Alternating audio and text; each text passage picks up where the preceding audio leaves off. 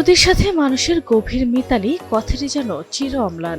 রাজবাড়ির গোদার বাজার পদ্মাপাড়ের এই দৃশ্যই যেন তার প্রমাণ। পদ্মা কন্যা খ্যাত রাজবাড়ির এই এলাকাটি এখন জনপ্রিয় পর্যটন কেন্দ্রে পরিণত হয়েছে। রাজবাড়িতে বিনোদনের তেমন স্থান না থাকায় প্রাকৃতিক পরিবেশে নদীর হিমেল বাতাসে সময় কাটাতে প্রতিদিন আসছেন দর্শনার্থীরা। এখানে আসছি পদ্মা পুলকের এখানে দেখতে আসছি, বাতাস হাওয়া খুব ভালো লাগছে। জলাঙ্গিতে ঘুরতে আসছি ছোট বোনকে নিয়ে, অনুভূতিটা খুব ভালো লাগতেছে। ভ্রমণ পিপাসু মানুষদের প্রিয় জায়গা হয়ে উঠেছে গোদার বাজার পদ্মাপাড়। এখানে বেড়াতে আসা অনেকেই নদীতে নৌকায় ঘুরে বেড়ান, আনন্দ উপভোগ করেন নদীর বুকে জেগে ওঠা চরে গিয়ে। এখানে গড়ে উঠেছে বেশ কিছু অস্থায়ী দোকান, ফুচকা, ঝালমুড়ি সহ বিভিন্ন খেলনার পসরা সাজিয়ে বসেন দোকানিরা। পর্যটন কেন্দ্রটি ঘিরে অনেকের জীবিকার মাধ্যম এখন গোদার বাজার পদ্মার পাড়। চিজি আইসক্রিমের সাথে ভেলভেটি কেকের মিশ্রণে পোলার রেড ভেলভেট আইসক্রিম, মন ভালো থাক।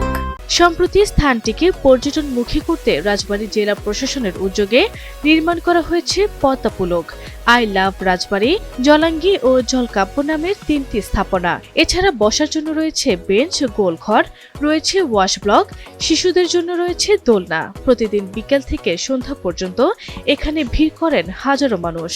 আসলে রাজবাড়ির মতো এই ছোট্ট জায়গাতে আসলে তো তেমন কোনো বসার জায়গা বা ঘোরার জায়গা এরকম তেমন কোনো কিছু দেখা যায় না।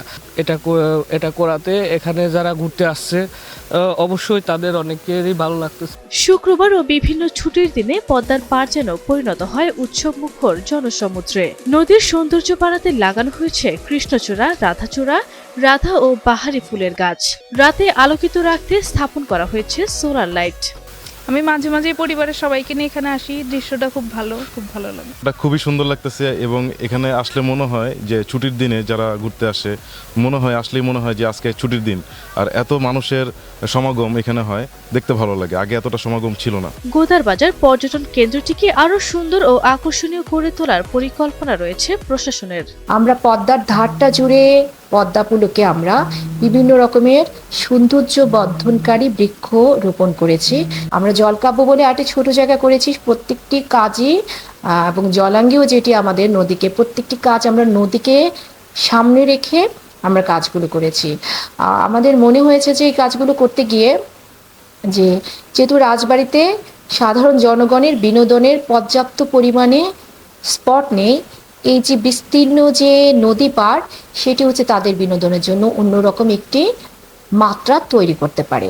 চিন্তা করছি যে আমরা আরও কিভাবে নদীর পাড়টাকে সৌন্দর্য বর্ধন করে এই পর্যটনের স্পটটি আরও বেশি আমরা প্রসারিত করতে পারি।